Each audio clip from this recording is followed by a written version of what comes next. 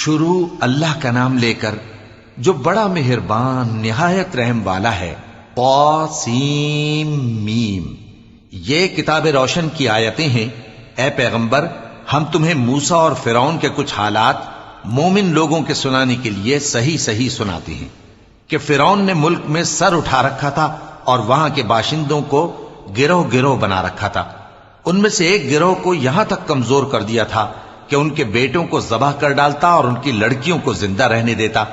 بے شک وہ مفسدوں میں تھا، اور ہم چاہتے تھے کہ جو لوگ ملک میں کمزور کر دیے گئے ہیں ان پر احسان کریں اور ان کو پیشوا بنائیں اور انہیں ملک کا وارث بنائیں، اور ملک میں ان کو قدرت دیں، اور فرعون اور حامان اور ان کے لشکر کو وہ چیز دکھا دیں جس سے وہ ڈرتے تھے۔ اور ہم نے موسیٰ کی ماں کی طرف وحی بھیجی کہ اس کو دودھ پلاؤ، پھر جب تم کو اس کے بارے میں کچھ خوف پیدا ہو تو اسے دریا میں ڈال دینا، اور نہ تو خوف کرنا اور نہ رنج کرنا، ہم اس کو تمہارے پاس واپس پہنچا دیں گے اور بعد میں اسے پیغمبر بنا دیں گے۔ سو فرعون کے لوگوں نے اس کو اٹھا لیا، اس لیے کہ نتیجہ یہ ہونا تھا کہ وہ ان کا دشمن اور ان کے لیے موجب غم ہو۔ بے شک فرعون اور حامان اور ان کے لشکر غلطی پر تھے، اور فرعون کی بیوی نے کہا کہ یہ میری اور تمہاری دونوں کی آنکھوں کی ٹھنڈک ہے، اس کو قتل نہ کرنا، شاید یہ ہمیں فائدہ پہنچائے یا ہم اسے بیٹا بنا لیں۔ اور وہ انجام سے بے خبر تھے۔ اور موسیٰ کی ماں کا دل بے قرار ہو گیا، اگر ہم ان کے دل کو مضبوط نہ کر دیتے تو قریب تھا کہ وہ اس غم کو ظاہر کر دیتی۔ ہم چاہتے تھے کہ وہ مومنوں میں رہیں، اور والدہ موسیٰ نے اس کی بہن سے کہا کہ اس کے پیچھے پیچھے چلی جا، تو وہ اسے دور سے دیکھتی رہی، اور ان لوگوں کو کچھ خبر نہ تھی۔ اور ہم نے پہلے ہی سے اس پر دائیوں کے دودھ حرام کر دیے تھے۔ تو موسیٰ کی بہن نے کہا کہ میں تمہیں ایسے گھر والے بتاؤں کہ تمہارے لیے اس بچے کو پالیں اور اس کی خیر خواہی سے پرورش کریں۔ سو ہم نے اس طریق سے ان کو ان کی ماں کے پاس واپس پہنچا دیا تاکہ ان کی آنکھیں ٹھنڈی ہوں اور وہ غم نہ کھائیں، اور معلوم کر لیں کہ اللہ کا وعدہ سچا ہے، لیکن اکثر لوگ نہیں جانتے۔ اور جب موسیٰ جوانی کو پہنچے اور بھرپور جوان ہو گئے تو ہم نے ان کو حکمت اور علم عنایت کیا، اور ہم نیکوکاروں کو ایسا ہی بدلہ دیا کرتے ہیں۔ اور وہ ایسے وقت شہر میں داخل ہوئے کہ وہاں کے باشندے بے خبر ہو رہے تھے، تو دیکھا کہ وہاں دو شخص لڑ رہے تھے، ایک تو موسیٰ کی قوم کا ہے اور دوسرا ان کے دشمنوں میں سے۔ تو جو شخص ان کی قوم میں سے تھا اس نے دوسرے شخص کے مقابلے میں جو موسیٰ کے دشمنوں میں سے تھا مدد طلب کی، تو موسیٰ نے اس کو مکہ مارا اور اس کا کام تمام کر دیا۔ کہنے لگے کہ یہ تو شیطانی کام ہوا، بے شک وہ انسان کا دشمن ہے، کھلا بہکانے والا ہے۔ بولے کہ اے پروردگار، میں نے اپنے آپ پر ظلم کیا، سو تو مجھے بخش دے، تو اللہ نے ان کو بخش دیا، بے شک وہ بخشنے والا ہے، مہربان ہے۔ کہنے لگے کہ اے پروردگار، تو نے جو مجھ پر مہربانی فرمائی ہے تو میں بھی آئندہ کبھی گناہ گاروں کا مددگار نہ بنوں گا۔ الغرض صبح کے وقت شہر میں ڈرتے ڈرتے داخل ہوئے کہ دیکھیں کیا ہوتا ہے، تو ناگہاں وہی شخص جس نے کل ان سے مدد مانگی تھی پھر ان کو پکار رہا ہے۔ موسیٰ نے اس سے کہا کہ تو بڑا بہکا ہوا ہے۔ پھر جب موسیٰ نے ارادہ کیا کہ اس شخص کو جو ان دونوں کا دشمن تھا پکڑ لیں، تو وہ بول اٹھا کہ جس طرح تم نے کل ایک شخص کو مار ڈالا تھا اسی طرح چاہتے ہو کہ تم مجھے بھی مار ڈالو۔ تم تو یہی چاہتے ہو کہ ملک میں ظلم و ستم کرتے پھرو، اور یہ نہیں چاہتے کہ صلح کرانے والوں میں سے ہو جاؤ۔ اور ایک شخص شہر کی پرلی طرف سے دوڑتا ہوا آیا، بولا کہ اے موسیٰ، اہل دربار تمہارے بارے میں مشورے کرتے ہیں کہ تم کو مار ڈالیں، سو تم یہاں سے نکل جاؤ، میں تمہارا خیر خواہ ہوں۔ چنانچہ موسیٰ وہاں سے ڈرتے ڈرتے نکل کھڑے ہوئے کہ دیکھیں کیا ہوتا ہے، اور دعا کرنے لگے کہ اے پروردگار، مجھے ظالم لوگوں سے نجات دے۔ اور جب انہوں نے مدین کی طرف رخ کیا تو کہنے لگے امید ہے کہ میرا پروردگار مجھے سیدھا رستہ بتائے۔ اور جب مدین کے پانی کے مقام پر پہنچے تو دیکھا کہ وہاں لوگ جمع ہو رہے اور اپنے مویشیوں کو پانی پلا رہے ہیں، اور ان کے ایک طرف دو عورتیں اپنی بکریوں کو روکے کھڑی ہیں۔ موسیٰ نے ان سے کہا تمہارا کیا کام ہے؟